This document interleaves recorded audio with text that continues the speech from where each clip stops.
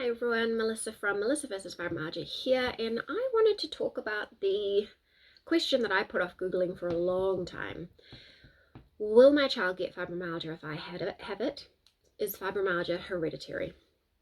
We know that genetics plays a part. I knew that before I started researching, but what I did is I did some research to find out what the current research is saying, and I'm going to share it with you now. I have a terrible memory, so I have notes beside me, which I will refer to as needed. The short answer, unfortunately, is that yes, there is a higher risk your child will get fibromyalgia than the general population, but there are factors that can mitigate it. So I will share that information and then the mitigating factors in this video.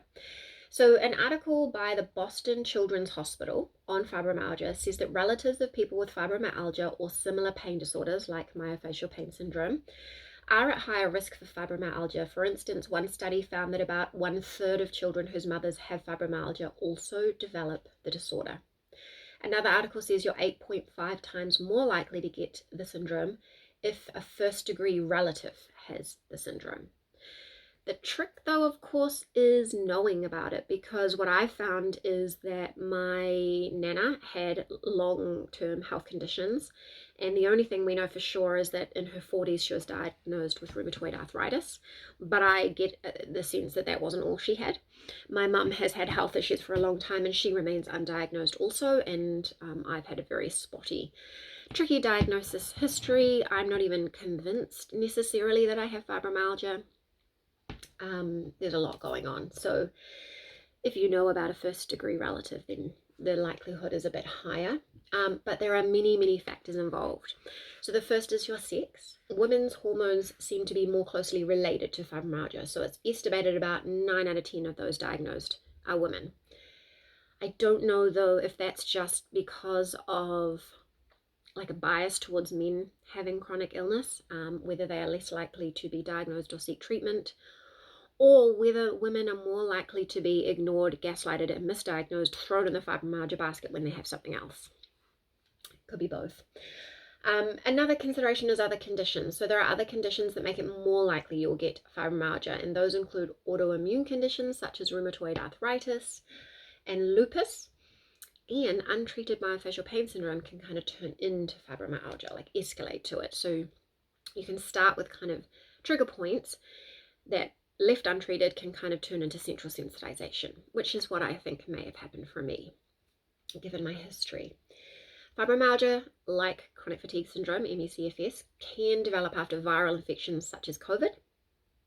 It can also develop after traumas, and for women, particular times of stress are puberty, pregnancy, childbirth, and menopause. And there have been theories that fibromyalgia can be the result of poor quality sleep. Studies that mimic the sleep deprivation of fibromyalgia result in the participants experiencing pain, fatigue, and brain fog. So that's a chicken or egg scenario. So something to think about.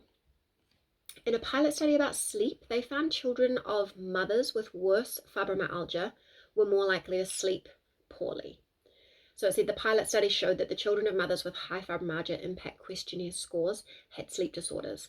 Maternal diagnosis of FMS, thank you, negatively affects the sleep quality of children. So obviously if a mum having fibromyalgia somehow makes the child have negative sleep quality, and bad sleep quality can cause fibromyalgia, you can see that relationship there. So yeah, they have a higher risk. However, there are things to mitigate it. It is not a foregone conclusion. There is genetics, and then there is lifestyle and environment. So there is a study that stated currently fibromyalgia is considered to be the result from an interaction between genetic factors and environmental factors. So what can we change if not our genetics, our environment, and our lifestyle? So we can teach our children and model healthy human habits, and the bonus is they'll support our health too. I'm not saying you can be cured or completely avoid getting any kind of condition by living healthily, but you certainly stack the deck in your favor. So don't do things like smoke, overconsume alcohol or sugar so that your immune system is in top shape. Move gently. Your body is made to move, so in whatever way that is accessible. Manage stress and actively rest. Work on your sleep. I know that's hard, but work on your sleep. Help your child. Make sure that they are having good quality sleep. Take care of yourself when you're sick. Don't try to keep going, and cut the processed food and eat as much nutritious food as you can. I will say that I have pretty much always been pretty healthy. I've been called a healthy, chronically ill person. I love my vegetables. I eat healthily. I've always moved. Like, I've always exercised, and I've always tried my best with sleep, but I never got there until I started low dose naltrexone, yoga nidra, and quetiapine. So the deck can be stacked against you, really, because sleep is really, really important, and sleep interrupts a lot of things, including your immune function. But again, these are mitigating factors you can try, but they're not going to be surefire ways. There is no bulletproof way. But wouldn't you rather try and stack the deck in your favor? So what do we do if our child appears to be developing symptoms? Ensure you have a healthy lifestyle. Take away anything that can kind of block the body from doing its good work. Write down the symptoms in any context that seems important. So take note of everything. You know, my child experienced pain in this area of the body in this time, and this is what I did, and, you know, did it help? And keep your doctor informed, because they can't make a diagnosis until a person has experienced pain for more than 3 months, but it needs to be widespread pain, so across all 4 quadrants of the body, fatigue and poor sleep quality that isn't explained by anything else. So you want to keep them in the loop. You want to be working to exclude other things. If you think that something is really developing, you need to help the doctor exclude other things, because, well, to be quite frank, you don't want to be diagnosed with fibromyalgia if you don't have fibromyalgia, because then you're not necessarily going to keep exploring and find the thing that it really is and get the adequate treatment. So you want to know for sure you've got the diagnosis right. It feels like the incidence of everything bad is increasing. So like, this could substitute for anything. If you do your healthy lifestyle things, you try to keep a healthy lifestyle, try to reduce stress, try to do all those good things, then you're stacking the deck in your favor. Then you're stacking the deck that if you do get COVID, you are more likely to recover well from it. So I feel like it's a good insurance policy. But again, the genetics are there. And so it's good to be aware and good to know. I am coming up soon with an ultimate guide to juvenile fibromyalgia. So as someone whose pain started at 14, someone who's had it for more than 20 years, who's done a lot of research, I have compiled an ultimate guide. So I will make that available as soon as it is complete. So if you do feel like your child might be developing it, it will give you a really good sense of what you can do. But I hope this has given you, like, unfortunately, genetics say that it's slightly more likely, but I hope it's given you like a sense of things that you can try to do to mitigate it.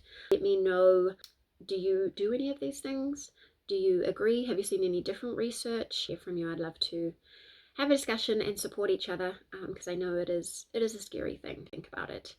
I definitely have thought about the fact that I am kind of grateful that I have 4 boys, and boys are less likely to be diagnosed with fibromyalgia.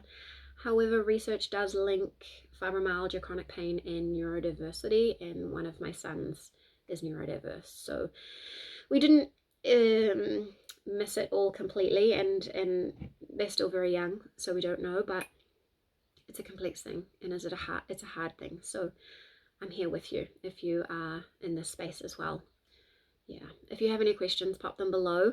I do have a group, Pregnancy and Fibromyalgia and Chronic Fatigue Syndrome, on Facebook. So if you wanted to join for yourself, you can join there. It's not about having children with fibromyalgia, because I have enough groups to manage. So I haven't started a group on that, but I'm sure that would be a good place to put any questions and get some support if you need it.